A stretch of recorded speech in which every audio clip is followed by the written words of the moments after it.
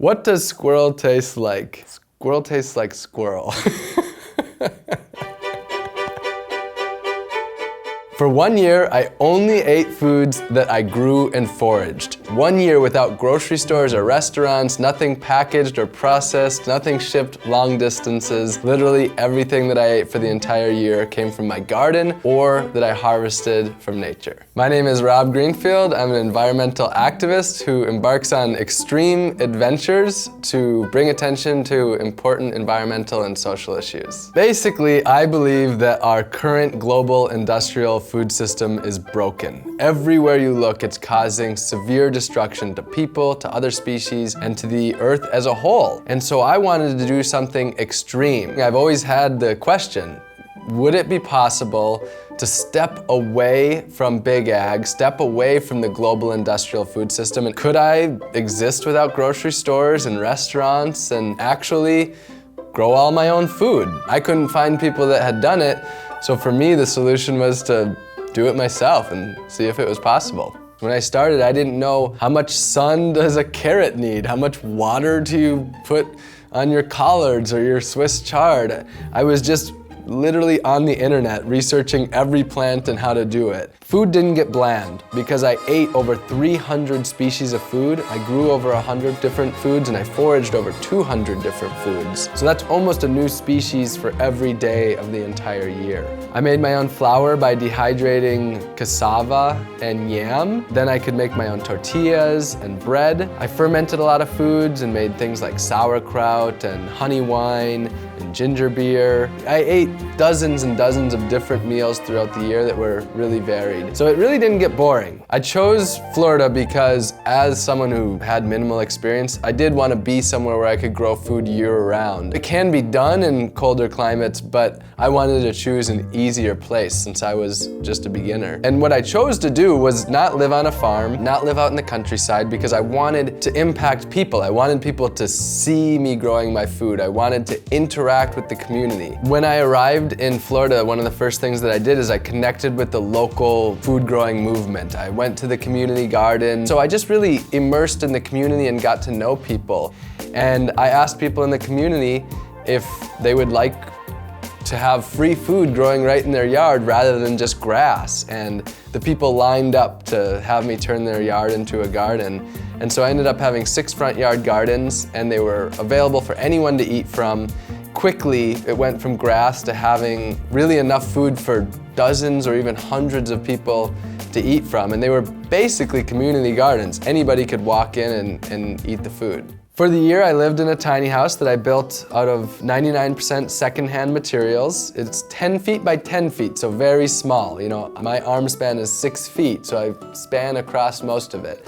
Basically, it was a bed, a desk with a chair, a freezer to store food, a couple of shelves to store a lot of food, and then under the bed, there was storage as well. Being in Florida, I was able to utilize outside as well. So my kitchen was an outdoor kitchen, and that was powered by rainwater, so my sink was just rainwater for washing dishes and hands. And I also had an outdoor compost toilet where I would compost my poop and pee and turn that into fertile soil rather than wasting water and shipping it off to be someone else's problem. That fertilizer is used on fruit trees, so not on your kale and stuff on the ground, but on fruit trees where the fruit is high above. And then lastly, I had an outdoor shower as well, and the water from that was harvested from rain, and then the water would be used to water banana plants to grow bananas. I gave myself 6 months to prepare, but that ended up being 10 months before I actually started it. And I started from scratch. I had to get seeds and soil and figure out the absolute basics. My basic strategy was to plant way more than I would need, so that way I would have enough. So that meant more work, but it ensured the success. I talked to the local gardeners and farmers and I asked what grows so ridiculously well that even if you barely know what you're doing, it's not just going to survive, but it's actually going to thrive. I asked what has the fewest pests, what produces a huge amount of food, and what can handle neglect. And that is what I planted. And most of these were foods that I had never eaten before. You don't see at the grocery store. And a lot of them I didn't even know the name of. Things like chaya or moringa or katuk. There were dozens of plants that became my staple foods that are staples for people around the world, but that were pretty much unknown to me and most of the people I was around. A year is a pretty long time. I mean, imagine taking any sort of diet and doing it for an entire year. Through the year, I had my ups and downs. At times felt my absolute best, and then there was times that I was worried about my health. One of the most interesting times was just at the very beginning. It was just about a week and a half in, and I realized that my digestion was the best that I had felt it in my adult life. By the middle of the year, I found that I had a deficiency, I thought, in fat and protein. That's one of the hardest things to really get. For me, this is really funny because I was plant-based fully for 2 years and I didn't eat any meat. I was trying to grow plant-based protein. I was growing beans and peas that did really well, but I was trying to grow peanuts and sunflowers.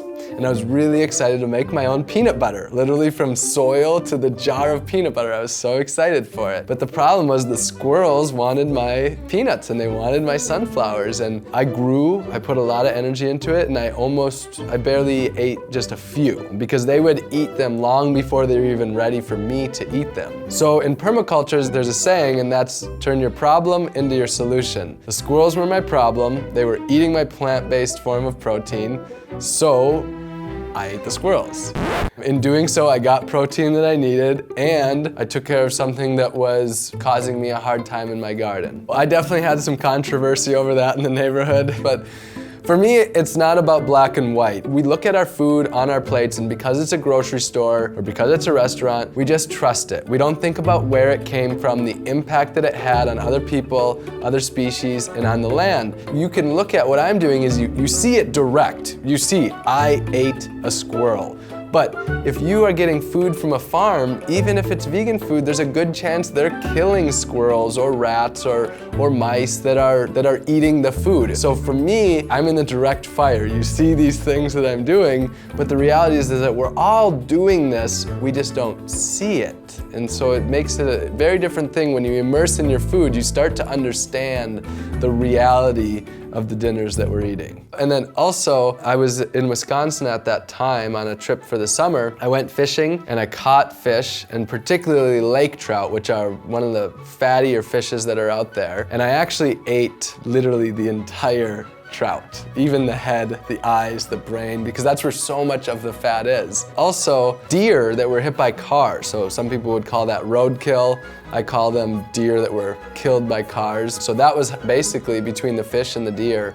That was what brought me back into balance and gave my body the nourishment that I wasn't getting otherwise. By the end of the project, I did a body fat composition and I had 15% body fat, so I was able to work my way back up. And at the end of the year, I felt honestly better than I had recalled in my adult life. I was healthier and I was happier, and I didn't get sick once throughout the entire year. And the ironic thing is I have a little bit of a cold right now after this and getting back into the food system. My experience was that this created some of the happiest and healthiest days of my life so far. So my goal wasn't just to grow and forage all of my own food. My goal was to help other people do so as well.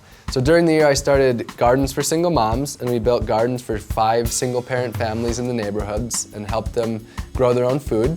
And we planted over 200 fruit trees that were publicly accessible for everyone to eat from. And then Free Seed Project, and we sent out 5,000 garden starter kits to people to grow their own healthy food across the country. A tomato is good on a plate when you get it at the restaurant or the grocery store, but to plant that from seed, to watch it grow, to see it be this little green ball that you can eat, and then bigger, and then this ripe, juicy, plump tomato, and then to pick that and to have picked off the insects to the point where you can actually get to eat it because the insects didn't, and you went through all of those times together with that tomato, and then you get to eat that tomato. It might not actually taste better, but it tastes better. There's just that love that went into it, and you feel it, and you're like, this is the best tomato I've ever had. Most of the food that we buy at the grocery store today is shipped long distances, often from halfway around the world, if not halfway across the country. It's packaged in plastic that will be around for hundreds of years, either in the landfill or in our oceans and our lakes and our forests. It's processed and filled with ingredients that aren't really good for us, ingredients that we can't name that aren't real food. And it uses a ton of pesticides and herbicides and fertilizers that run off and pollute our water. So this food, although it appears harmless on our plates, has so many repercussions to people, to other species, and to the world that we depend on for our existence. And that's why I think it's important to know that, and if that doesn't match your value system, to find food that doesn't cause that destruction to the world that we live on.